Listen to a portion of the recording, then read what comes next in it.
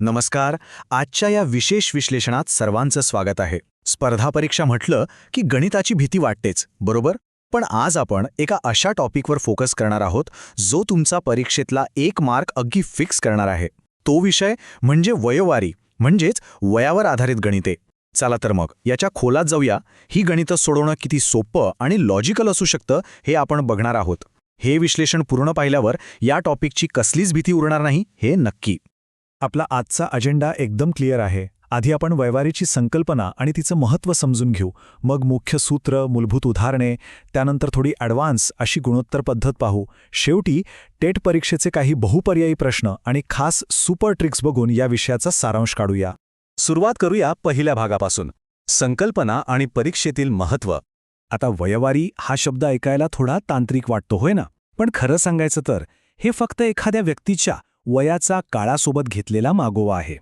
आज एखाद्याचं वय काय आहे, काही वर्षांपूर्वी ते किती होतं किंवा पुढे किती असेल, याचा हा सगळा हिशोब आहे. म्हणजे अगदी सोप्या भाषेत सांगायचं तर हा फक्त काळाचा आणि साध्या बेरजे वजाबाकीचा खेळ आहे. हा विषय इतका महत्त्वाचा का आहे? तर टेट, सीटेट, MPSC किंवा पोलीस भरती कोणतीही परीक्षा घ्या, वयवारीवर प्रश्न ठरलेलाच असतो. आणि यात एक गमतीचा भाग असा की पेपर सेट करणाऱ्यांना नात्यांची कोडी घालायला खूप आवडतात. वडील मुलगा किंवा आई मुलगी यांच्या वयाची गणितं हमखास विचारली जातातच. त्यामुळे या नात्यांमधलं गणिताचं लॉजिक क्रॅक करणं आपल्यासाठी एकदम मस्ट आहे. वळूया पुढच्या भागाकडे, मुख्य सूत्रे आणि पद्धती. वयवारीची गणितं सोडवण्यासाठी एक अत्यंत सोपा असा सुवर्ण नियम आहे. तो नेहमी लक्षात ठेवायचा. उदाहरणार्थ, जेव्हा पूर्वी किंवा मागे असा शब्द येतो तेव्हा आजच्या वयातून ती वर्षे सरळ वजा करायची, आणि जेव्हा नंतर किंवा पुढे असा शब्द दिसेल तेव्हा ती वर्षे आजच्या वयात अधिक करायची किंवा मिळवायची. काळ मागे गेला की वजाबाकी आणि काळ पुढे गेला की बेरीज. बस, हे एवढंच मुख्य सूत्र आहे. आता पाहूया मूलभूत उदाहरणे सोडवणे. आपला सुवर्ण नियम प्रत्यक्ष कसा वापरायचा ते बघूया. सुरुवात करूया एका सोप्या उदाहरणाने. रामचं आजचं वय 20 वर्षे आहे, तर 5 वर्षांनंतर त्याचं वय किती असेल? आपला नियम काय सांगतो? नंतर म्हणजे बेरीज. त्यामुळे आपण 20 मध्ये 5 मिळवणार आणि उत्तर आलं 25 वर्षे. अगदी सोपं आणि सरळ आहे की नाही? आता याच्या अगदी उलट परिस्थिती बघूया, जिथे आपण भूतकाळात जाणार आहोत. समजा सीमाचं आजचं वय 30 वर्ष आहे, तर 7 वर्षांपूर्वी तिचं वय किती होतं? आता इथे पूर्वी हा शब्द आलाय, मग आपण काय करणार? अगदी बरोबर, वजाबाकी. 30 मधून 7 वजा केले की उत्तर मिळतं 23 वर्ष. अनेकदा परीक्षेत दुप्पट, तिप्पट असे शब्द वापरून थोडा गोंधळ उडवण्याचा प्रयत्न केला जातो. पण हे तर अगदी तोंडी सोडवण्यासारखं असतं. बघा, जर मुलाचं वय 15 वर्ष दिलंय आणि वडिलांचं वय दुप्पट आहे असं सांगितलंय, तर काहीच करायचं नाहीये, फक्त 15ला 2 ने गुणायचं. 15 गुणिले 2 बरोबर 30. म्हणजे वडिलांचं वय 30 वर्ष असेल. सोपं आहे ना?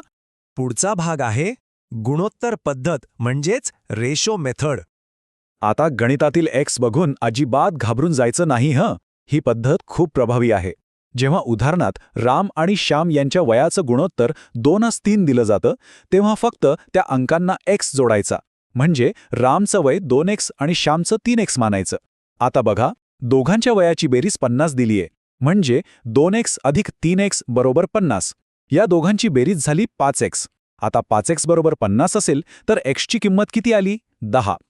आता हा 10 परत त्या गुणोत्तरात ठेवायचा. राम 2x म्हणजे 2 गुणिले 10 बरोबर 20 वर्षे आणि श्याम 3x म्हणजे 3 गुणिले 10 बरोबर 30 वर्षे. कसलंही टेन्शन न घेता आपण अचूक उत्तरापर्यंत पोहोचलो. आता वळूया टेट परीक्षा बहुपर्यायी प्रश्नांकडे. आत्तापर्यंत आपण जे शिकलोय त्याची एक छोटीशी टेस्ट घेऊया. तुमच्यासाठी हा पहिला प्रश्न. एका व्यक्तीचं सध्याचं वय 18 वर्ष आहे. 4 वर्षांनंतर त्याचं वय किती असेल? पर्याय आहेत 20, 21, 22 की 24. आपला तोच सुवर्ण नियम आठवण बघा बरं. आणि उत्तर आहे 22. अगदी बरोबर ओळखलत. नंतर म्हणजे बेरीज. 18 अधिक 4 बरोबर 22. पर्याय सी हे अचूक उत्तर आहे. चला आता थोडा स्पीड वाढवूया. प्रश्न दुसरा. एका व्यक्तीचं आजचं वय 40 वर्ष आहे. 10 वर्षांपूर्वी त्याचं वय किती होतं? पर्याय तुमच्या समोर आहेत, विचार करा. उत्तर आहे 30. पूर्वी शब्द आलाय म्हणजे आपण काय केली? वजाबाकी. 40 मधून 10 गेले, उरले 30. पर्याय सी हे योग्य उत्तर. हे लॉजिक अगदी सेकंदात काम करतं. आता हा शेवटचा आणि थोडा विचार करायला लावणारा प्रश्न. 2 व्यक्तींच्या वयांचे गुणोत्तर 4:5 आहे आणि त्यांची बेरीज 45 आहे. तर लहान व्यक्तीचं वय किती? इथे मगाशी आपण बघितलेली एक्स मांडण्याची पद्धत वापरता येईल. आणि अचूक उत्तर आहे 20. कसं? तर 4x अधिक 5x बरोबर 9x. जर 9x ची किंमत 45 असेल तर x ची किंमत 5 येते.